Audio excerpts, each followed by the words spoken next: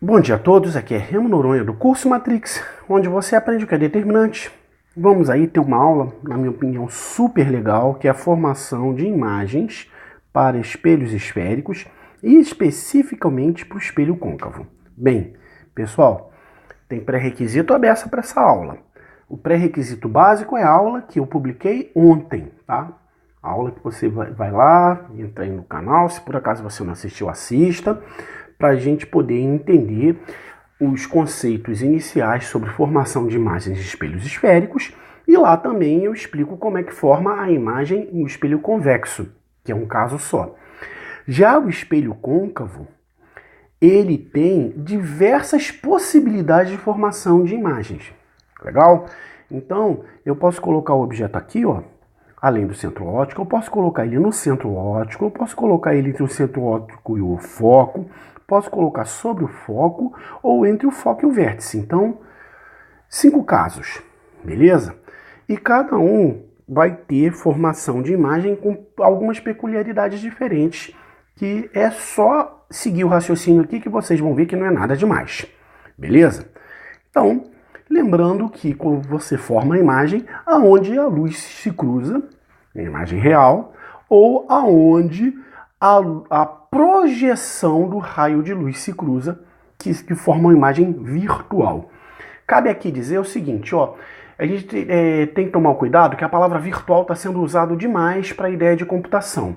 Aqui, na aula de ótica, a palavra virtual é usada com o sentido de que o raio de luz não se cruza ali, mas sim o prolongamento do raio de luz. Então a imagem, ela realmente existe. Se forma a imagem lá. Não tem nada de virtual no sentido assim de imaginário, não. Beleza, pessoal? Isso dito, vamos formar a imagem aqui no objeto além do centro óptico. O raio de luz que vem paralelo, inclusive na aula passada eu esqueci de dizer, né? Paralelo aqui, paralelo ao eixo principal, tá bom? Quem tá paralelo a alguma coisa. Se a marciana me ver falando, paralelo e deixar de dizer o quê, ela vai puxar minha orelha, né? Vai dizer, Remo, você faltou aula de português. Quem é paralelo a algo, né? Raio de luz que vem paralelo ao eixo principal, que é esse aqui, vai se refletir passando pelo foco. Então esse raio de luz vai fazer assim, ao se refletir.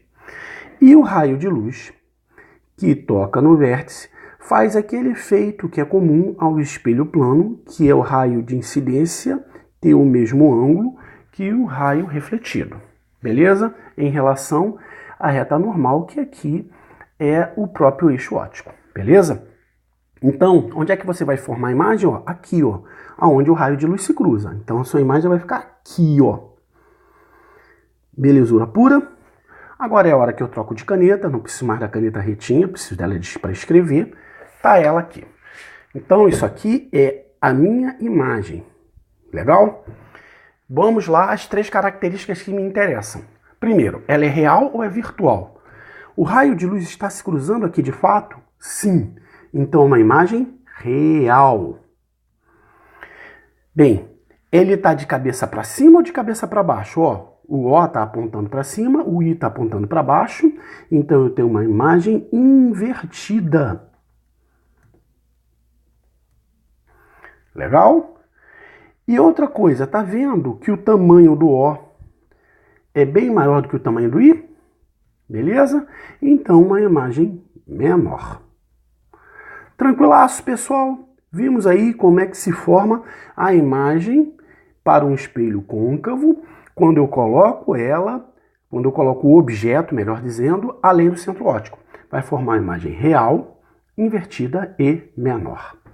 Tranquilaço, pessoal? Show de bola! Seguindo aí. Agora, se eu colocar a imagem certinho em cima do centro óptico, beleza? Vamos lá, mesma lógica. O raio de luz que vem paralelo ao eixo principal se reflete passando pelo foco. Beleza? Então ele vai se refletir passando por aqui.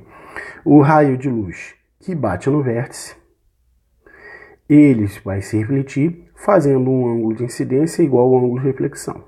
Opa! Onde é que forma a imagem? Aqui, ó. Bonitinha. Bem, Visualmente, tá? Aí tem um motivo matemático para isso e depois a gente vai chegar a ele. Mas visualmente dá para perceber que elas têm o mesmo tamanho. Mais adiante eu vou explicar o porquê. Legal? Mas vamos às características por enquanto. Primeiro, raio de luz está se cruzando aqui de fato? Sim, então uma imagem real. Tá de cabeça para cima ou de cabeça para baixo? Tá com a mesma orientação do objeto? Tá de cabeça para baixo, então não é uma imagem invertida. E quanto ao tamanho, já mostrei para vocês aí, ó, tem o mesmo tamanho. Show de bola? Então, em se tratando de um objeto colocado no centro óptico de um espelho côncavo, aqui ó, tá pintado por fora, então o espelho é côncavo, ela vai formar uma imagem real, invertida e de mesmo tamanho. Tranquilaço? Vamos seguir aí. Agora, o que acontece quando eu coloco o objeto entre o centro óptico e o foco de um espelho côncavo? Legal? O raio de luz que vem paralelo ao eixo principal se reflete passando pelo foco. Ele vai vir para cá. O raio de luz que bate no vértice, ele vai ter o ângulo de incidência igual ao ângulo de reflexão. Ó, a imagem vai formar grandona. Eu teria até que dar uma prolongada nesse eixo principal aí. Tá? Assim, eu estava esquecendo de falar uma coisa importante, tá? O interessante, na hora de formar a imagem, é ver o que vem aqui na parte mais alta do objeto. Tá legal? Aí a imagem vai estar aqui na parte mais alta da imagem, beleza? Então, ó, tá aqui a imagem. Vamos lá? Raio de luz cruzando de verdade, imagem real. Bem, o objeto está apontando para cima e a imagem está apontando para baixo. Então ela está invertida. E dá para perceber que ela fica bem maior, a imagem ampliada. Beleza, a imagem vai ser ampliada. Ou se você quiser dizer que ela é maior, obviamente dá no mesmo. Beleza? Então, olha só. Para o objeto que fica entre o centro óptico e o foco de um espelho côncavo, vou formar uma imagem real, invertida e ampliada. Beleza, pessoal? Ó, agora um caso muito particular. Legal? Quando eu coloco o objeto sobre o foco de um espelho côncavo, que tipo de imagem eu vou formar? O raio de luz que vem paralelo ao eixo principal passa pelo foco. O raio de luz que bate aqui no vértice vai se refletir fazendo um ângulo de incidência igual ao ângulo de reflexão. Caramba, os raios de luz vão sair paralelos. Se eles vão sair paralelos, eu posso dizer que eles não formam imagens. Não formam imagem. Legal? Então, quando eu coloco um objeto sobre o foco de um espelho côncavo, ele não forma imagem. Isso aí vai ter um nome especial. É uma imagem imprópria. Legal? Eu tenho visto pouco cair em vestibular falando que isso é uma imagem imprópria. Vai dizer simplesmente que não forma imagem. Tranquilaço, pessoal? Ok. Com isso, a gente pode seguir para a última formação de imagem e, na minha opinião, de todas a mais interessante. É quando de um espelho côncavo, você coloca o seu objeto entre o foco e o vértice. O raio de luz que vem paralelo ao eixo óptico se reflete passando pelo foco.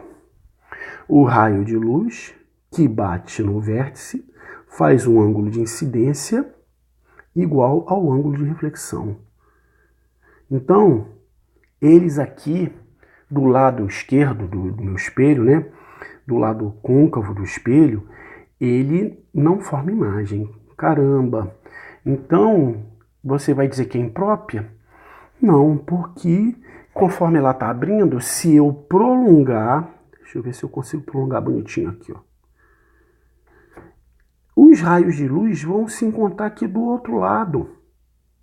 Os raios de luz, eles vão se encontrar nesse ponto aqui, formando uma imagem virtual.